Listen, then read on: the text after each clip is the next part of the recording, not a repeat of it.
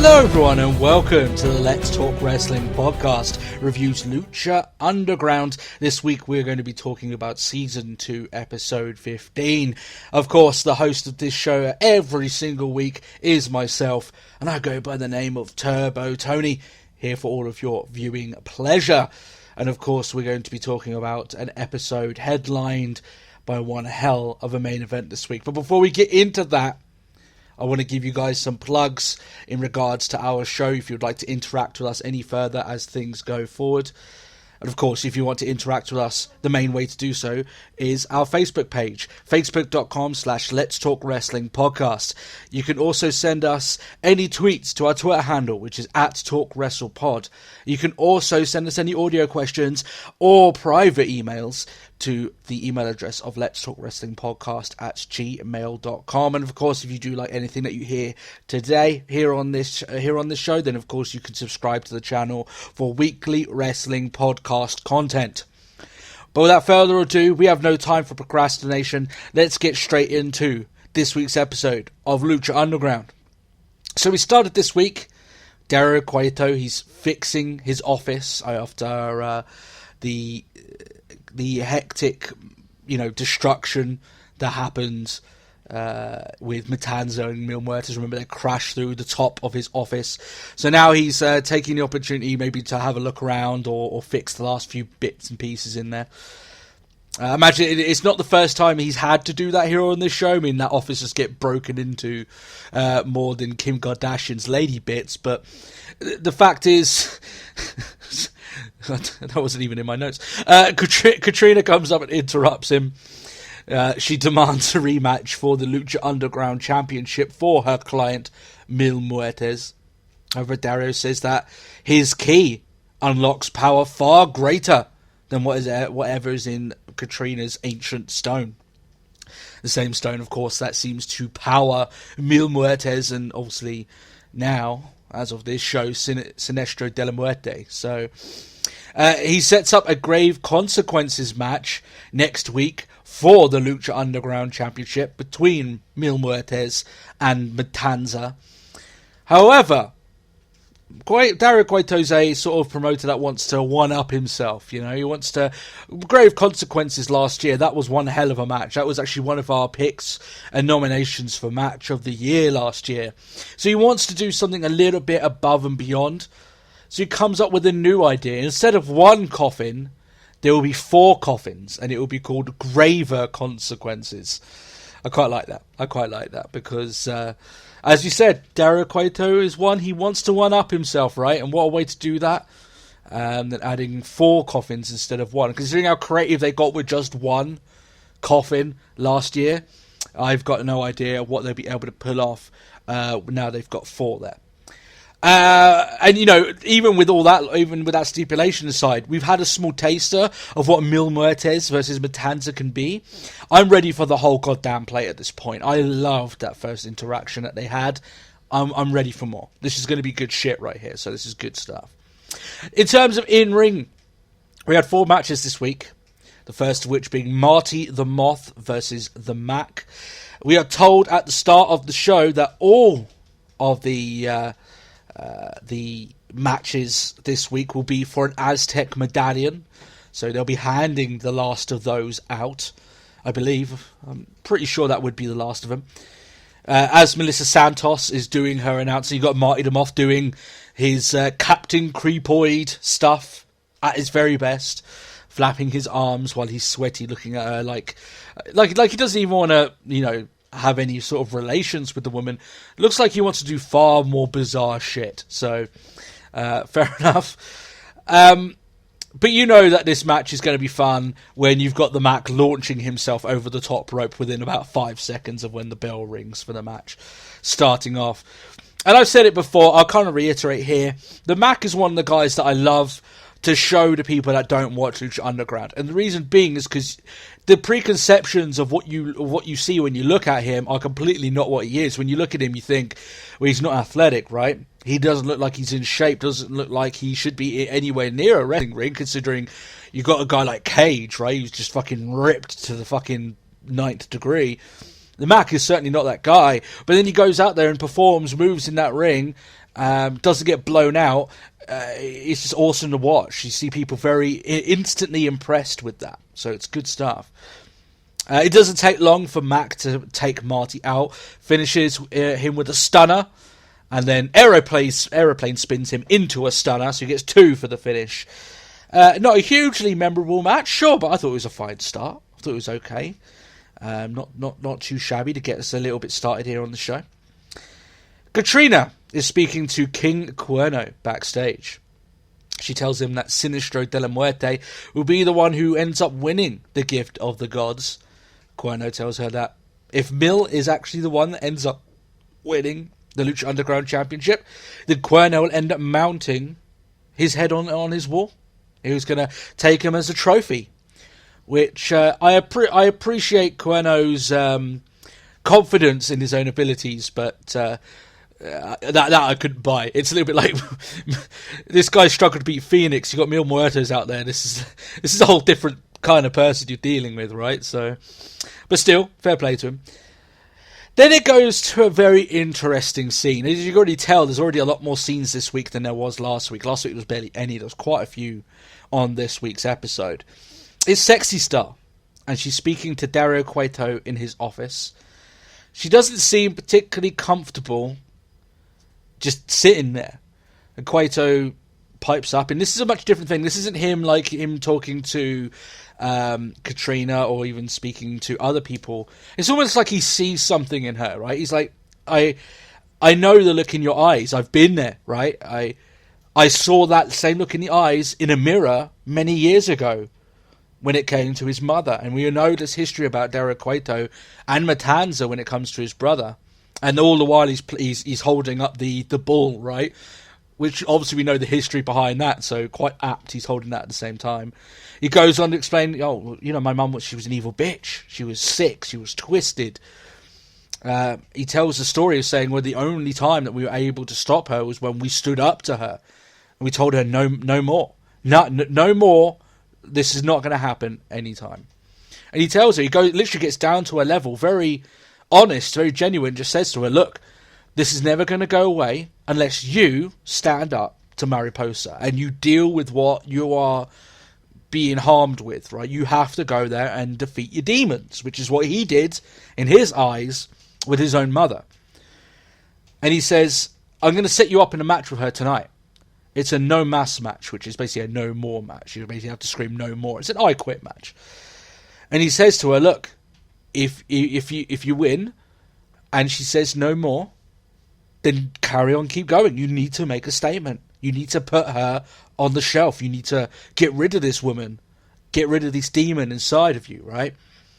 And it's quite cool because, at the end of the day, Dario Cueto's not exactly been one that ever comes off as trying to be on someone's side. He's always on his own side. He's always got his own agenda, right? But he saw something in himself here in a Sexy Star, and he threw her a bone, right? He gave her some advice and told her, look, this is what you have to do. And I liked it. I really liked the scene. I thought the scene was really good. Obviously, you've got Dario Cueto stealing the show here. He's the one doing the majority of the speaking because Sexy doesn't know a lot of English, or at the very least, not very comfortable in English. So, awesome scene there. That definitely sets up this rivalry, which I'll talk about because that was the main event of the night. Sinestro de la Muerte versus King Cuerno. This did not last very long at all. Probably 2, maybe tops 3 minutes into the match, Katrina ends up hitting Cuerno over the back of the head with the stone, and Sinestro picks up the victory. So that means he's going to be in that Gift of the Gods conversation when it eventually becomes time for that. Famous B is speaking to his client, Mascarita Sagrada. Listen, if you don't like Famous B, I don't know what's wrong with you, first of all. But second of all, the backing music track to this, it's because you just come off of a very, dark character in Sinestro de la Muerte. You come off a very impactful scene with Sexy Star and Dario Cueto. You got Famous B rolling up there like a pimp daddy, telling Sagrada he's the greatest guy and he's got him a match for the Aztec Medallion. And the guys have agreed to put it on the line, someone who's already won it. And they basically almost skip out of the scene. It's so bonkers, but I like it because it's just something different. It's so bizarre. Famous B, the guy who plays him, has clearly got the character down, and I think it's fantastic. It's awesome stuff. Chavo Guerrero, of all people, he shows up in Dario Cueto's office. He tells him, why have I not been put in a match for an Aztec medallion? And Dario Cueto literally just doesn't have any time for him. DeBell even looks at him the entirety. He's just doing paperwork in his office. He says to him, look, whatever chance I seem to give you, whether it be the Lucha Underground title or Aztec Warfare, I keep giving you all of my unique opportunities and you just end up blowing them. So I'm kind of done giving them to you. Just tells him straight up. And Chavo's looking at this like, oh shit, my time might be over here. You know, it's not exactly looking too great. Yeah, Chavo says, you know what? I'll seize the opportunity whether or not you like it. And he leaves. Dario Cueto just doesn't really give much of a shit. He's just like, fair enough, fuck off then. I don't really want anything to do with you. Which I think Dario Cueto here, he's playing the majority of the fans. I don't think the fans have much time for Chavo. It feels like he's been around like since before I was born. And a little bit like, okay, I'm kind of done watching you a little bit here. And I know it sucks because now he's in Lucha Underground, he can do something a little bit different. It just seems like it's the same old with him. And he's had a lengthy career. I just like, there's other people I'd much rather see on the roster. Like Daga, right? We haven't seen him since he had his match. Maybe something involving him. I thought his match was great. Tahano. There's a lot of other guys I would love to see over Chavo. He's quite low on the totem pole, but still. Mascarita Sagrada comes out for his match. Famous B gives his client quite the introduction. He even puts the beautiful Brenda in his corner, which, by the way, is the perfect name for the sort of character. A Brenda. Everyone knows a Brenda, right? I tell you what, though, right? I want someone there. Please tell me. Someone out there, tell me how I can go about getting one of Famous B's golden business cards.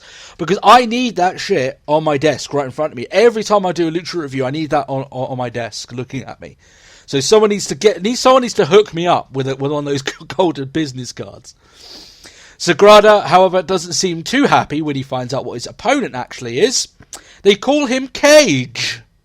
Yeah.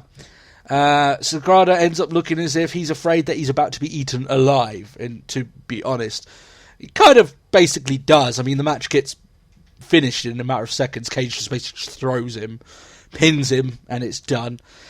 Famous B is just like, yeah, you did it, man, you did it, well done. You'll get him next time. So I just love that sort of enthusiasm. But at the same time, you've got Chavo comes up behind Cage, steals his medallion. Right, just runs off with it. Famous B's telling him, you got robbed. And Cage is like, what does that mean? And he's like, no, literally, you got robbed, and points at Chavo. So I imagine that Cage is planning Chavo's public execution. I hope we get to see that on a future episode. Just Cage obliterating this guy and doing what he does. So, but still, I'm loving the Famous B though. He's an awesome he's an awesome manager. He fits into the company very well. Fits into the ethos, even though he's so bizarre, and everything along those lines. It's just awesome. It's fun. And it's like the way he's trying to tell Sagrada when he's like, Sagrada's basically like loopy. He doesn't know where the fuck he is, and he's telling him, "You get him next time, chap. You got it. You're the main man." I'm just like, yeah, I want that guy. I want that guy on my side. This leads to the main event. Here we go. So the show so far had been okay in terms of story, right? The matches themselves, there was nothing too interesting. In fact, the two middle matches were over extremely quickly, to the point that if I hadn't taken my notes, I probably would have forgotten that they even happened, if I'm honest with you. So it leaves it to a point where the main event here really needs to put a stamp down of quality here on this show. And the way they have to do that is by obviously putting on a fantastic match. So they've got Sexy Star and they've got Mariposa. The stage is set for these ladies because we're expecting a good match from Lucha Underground. Their main events normally are very, very solid. It had the build-up. It's had the story that backed it, which I think is really good. You've basically set up this redemption story for Sexy Star. So all you need is a match that caps it all off perfectly in a match that makes sense and that is hugely entertaining. Did they achieve that this week? Absolutely. Without question. I think this is one of the best main events Lucha Underground has had so far. Not just this season, but overall. Which is high praise. Because I think it gives a very hugely satisfying conclusion to a storyline that's been started 15 weeks ago. Right? Arguably at the end of season 1, if you really want to take it that far. These girls, just clear as day, kick the shit out of each other. You got Sexy Star.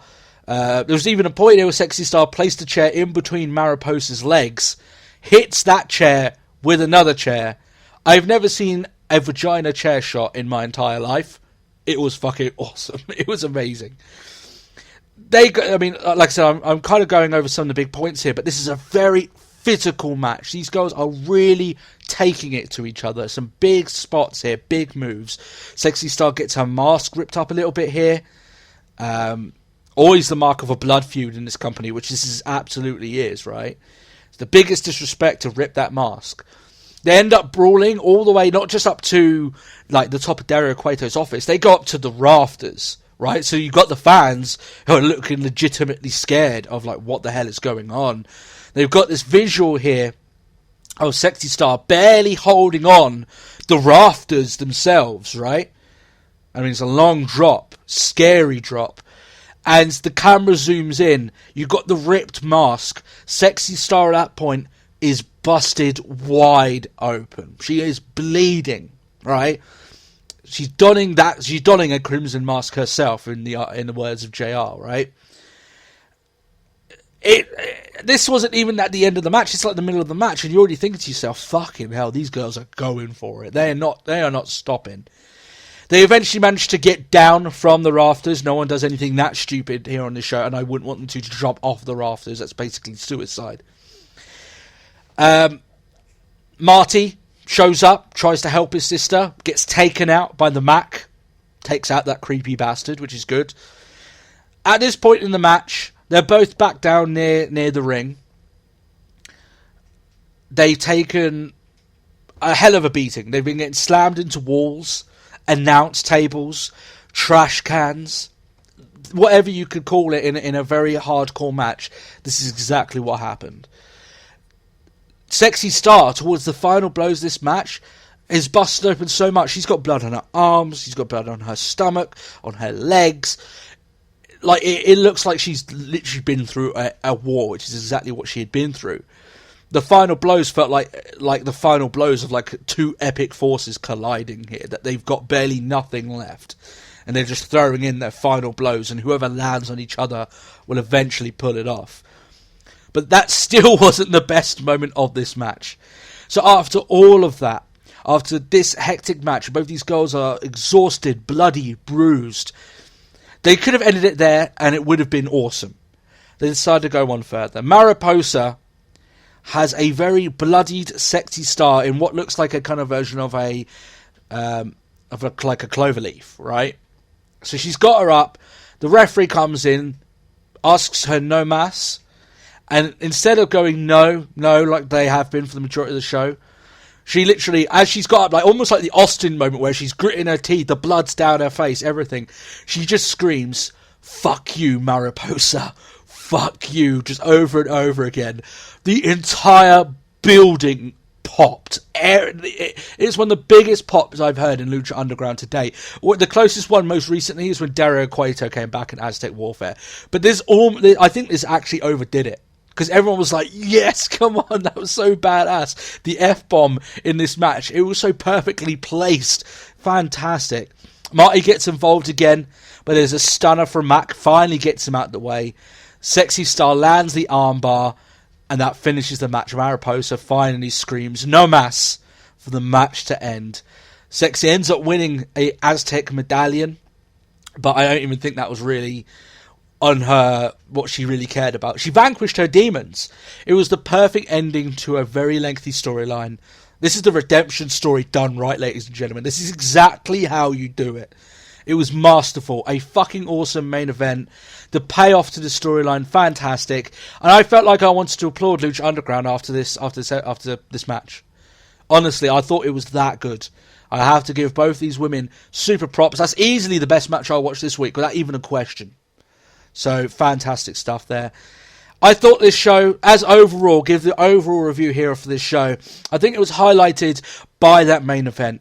That match will be remembered for quite some time, personally. I think, to me, you could even go as far to say that it captures the absolute essence of what wrestling is, right? You've got a powerful villain. You've got a hero that you want to cheer for. You've got a story that binds them together, and then you've got an in-ring performance that caps everything off. That is pro wrestling right there. That is fantastic. Great work, Lucha Underground. I'm going to give this a full rating this week of you must watch this show. It's the highest rating I can give it. It's a watch over and over again. After I finish this, I'm probably going to watch the main event again. Fantastic.